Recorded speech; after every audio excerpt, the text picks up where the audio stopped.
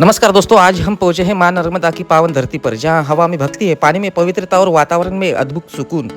आज हम जा रहे हैं नर्मदा बोटिंग घाट पर। सामने शांत जल किनारे पर धीरे धीरे हिलती नावें और दूर तक फैली हुई वह दिव्यता जो सिर्फ नर्मदा तट पर ही महसूस होती है।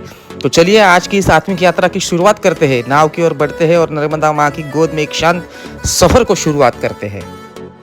दोस्तों, जैसे जैसे नाव आगे बढ़ रही है, नर्मदा के जल की लहरें पुराने किस्सों की बातें खिड़कियां खोल रही है। कहते हैं नर्मदा सिर्फ नदी नहीं, देवी है, एक ऐसी देवी जिनके दर्शन मात्र से ही पाप कट जाते हैं। पुराणों में लिखा है कि नर्मदा का उद्गम अमरकंटक की ऊंची पहाड़ियों से हुआ है। इन्हें रेवा भी कहा जाता है क्योंकि इनके तट पर बहती लहरें चलायमान होकर रेवा रेवा की ध्वनि करती है।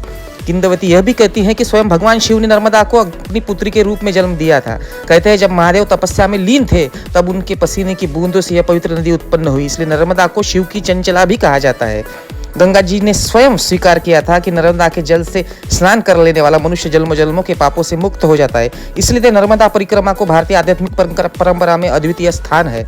यह नदी न सिर्फ इतिहास समेटे है बल्कि अपने तटों पर आदिकाल से सभ्यता, संस्कृति और आध्यात्म को पोषित करती आई है। और अब जैसे जैसे दिन ढल रहा है, आकाश पर रंगों का एक सुंदर उत्सव फैलने लगा है।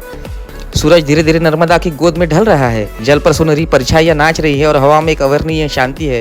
नाव किनारे की ओर लौट रही है, लेकिन मन यही कह रहा है कि नर्मदा की लहरों में ठहर सा गया है। इस डूबते सूरज के साक्षी बनकर ऐसा लगता है कि मानव सृष्टि ने अपने सबसे सुंदर रंग सिर्फ नर्मदा के लिए रचे हो। तो दोस्तों, आज का यह दिव्य सफर यही समाप्त होता है। अगर आपको यह यात्रा पसंद आई तो जरूर बालाघाट में यहाँ विजिट कीजिए। फिर मिलेंगे एक नई जगह, नई कहानी और नई ऊर्जा के साथ। तब तक के लिए नर्मदे हर।